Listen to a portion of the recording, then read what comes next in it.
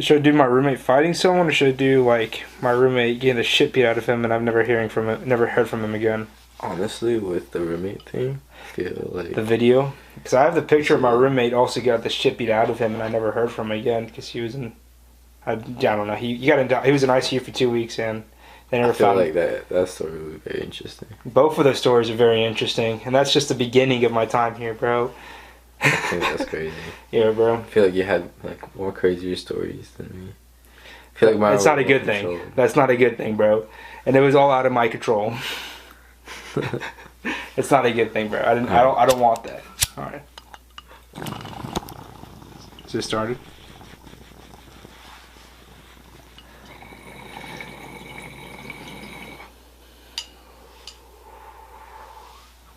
Welcome, sexy stoners.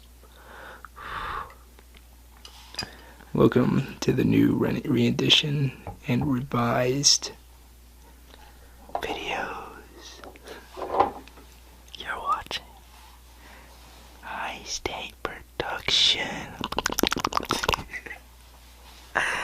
Yeah. So today we have my fellow Eddie with his stories and his story time. So today he's gonna talk about his time at Weed University and how he and his roommates have a certain relationship. Before I begin this very interesting story, I'm gonna go ahead and get medicated first. Cheers for the pain.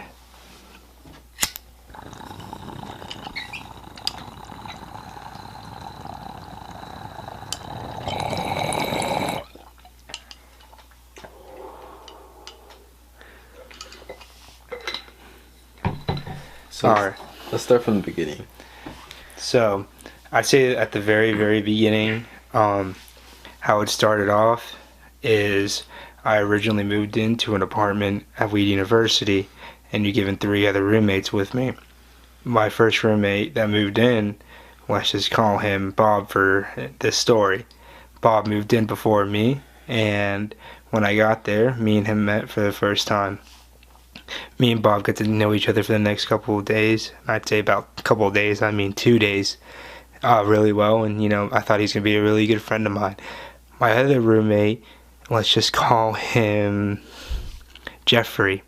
Jeffrey moved in the 3rd day that I was getting to know Bob. So, when me, Bob, and Jeffrey decided to get together, and Bob pulled out a bottle of Bacardi 151. And that's where, a recipe for disaster, and that's where this exact story is about to lead to. So I hope you're ready to fucking hear this shit. So he bought a Bacardi bottle. He pulled out a Bacardi bottle of 151, which is the strongest That's Bacardi. And they don't make those anymore, bro. They stopped that production. Crazy. So, and the thing about Bacardi 151, and a lot of people will tell you stories, it's a really type of strong of alcohol. So, like 2 shots would be the equivalent of like almost 4. Yeah. So, we each probably took about 6 shots that night, maybe 7, maybe him a little bit more. I'm not too sure yet, at all, because I had no way of talking to him now. But, so, once we were all very drunk in our living room, Bob and Jeffrey decided to start wrestling. And Jeffrey is a bodybuilder, and he's a definition of what I would call a meathead in college. So, he was really built, and Bob and Jeffrey wrestled for about 2 hours straight. In my apartment, on my floor, with no furniture in it, and I mean no carpet. Well, there was carpet that came into it, but like they were wrestling in those apartments for about 2 hours straight, and literally like nothing would stop them, and I mean nothing. Like definitely, Jeffrey had so much advantage on Bob, but Bob is a persistent person, and he would just not give up. So anytime he was pinned, or he thought it was over, he would somehow get out of it. And he even told us before, like, he would dislocate his shoulder during wrestling if he had to get out of a pin, just to win, because he was that determined. And also, the weirdest thing, may I just, get off topic a little bit? Bob, he studies botany. Okay. Really weird thing, but the thing is, what I thought is he was also a stoner, so I think he wanted to really grow in his own stuff, and he was learning a lot about that through the university. Yeah, so he was a pretty chill dude all around, I would want to say. But after Jeffrey and Bob finally done wrestling, 2 hours later, Bob's like, I need to go get something from my car out in the parking lot, and we're just like, okay.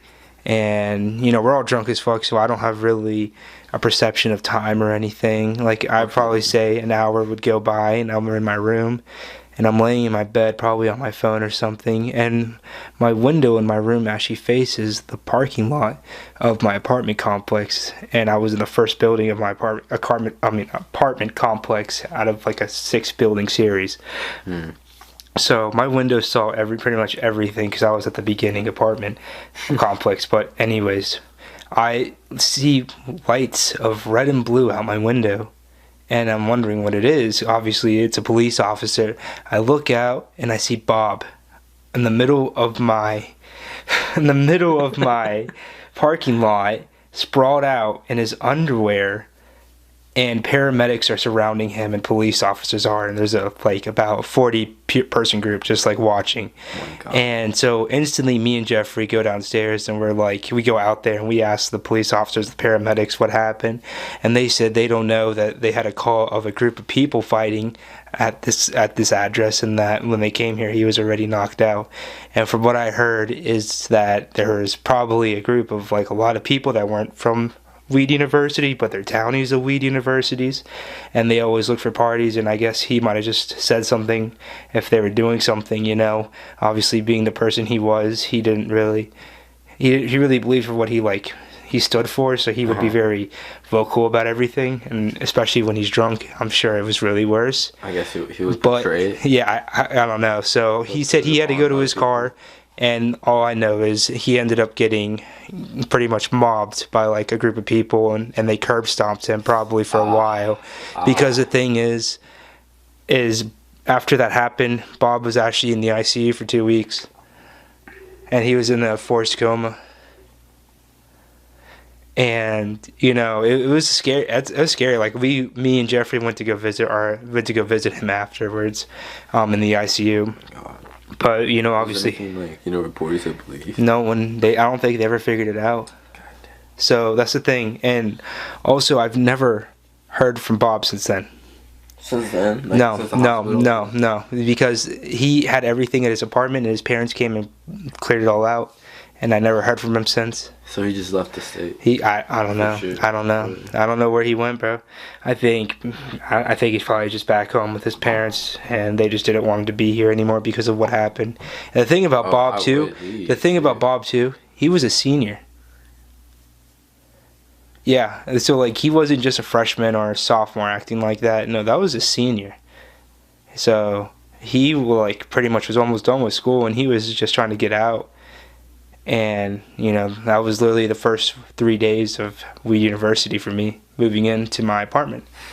And that's my introduction to that entire university experience, may I add. God damn. God damn. Well, I guess that's it. What would you have to say about that if you were in that situation? I mean, the only thing that's good that I could say that came out of it is he did give me a table and a recliner for the year and a couch because his parents didn't want to move it back, so I got it for free, and the nightstand. That table next to my my oven? Yeah. That's from Bob. I have that to this day. To this day, I have that. And it's just to commemorate you, Bob. I don't know if you'll ever listen or hear or know who you are, because this is not your real name, but Bob was cool. He got me into my first frat party ever. He literally had that one-hitter box full of weed all the time, and he would just give it to me. He wouldn't even just say anything about it. He would just give it to me. And he'd just be like, smoke all you want. Yeah, He was a really cool dude. He was a really, cool he was really he was a really cool type of dude. And honestly, like I really vibed with him cool, like heavy because of that.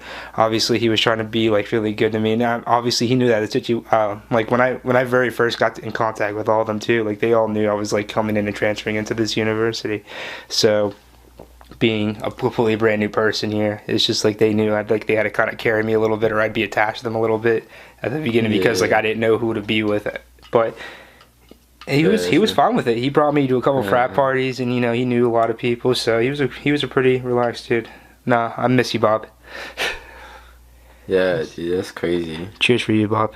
Cheers for you. This one's for you, homie. You know what? I'm gonna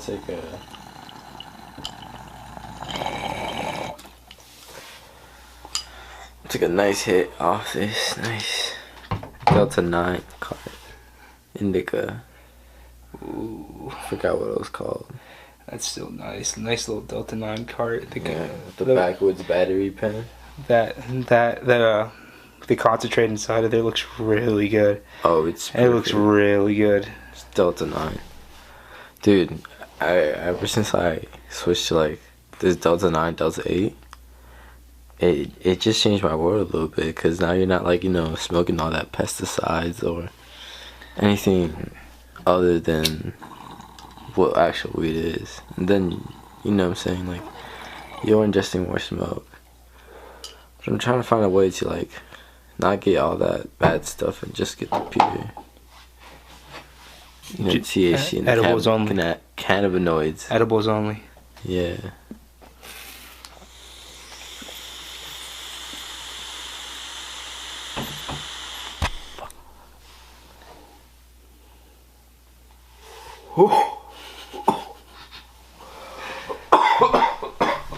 My co-host here is dying. And this is why you buy Delta 9 cards. I hope you guys enjoyed my story today, and there's several more to come. I promise you guys that. I lived in those crazy apartments for about 3 years straight, so I can tell you the content full is gonna be amazing. And if you're smoking with us, you're having a good night, have a great night. If it's morning, great morning. Un besito para tu papi. Tu papi. Tu papi.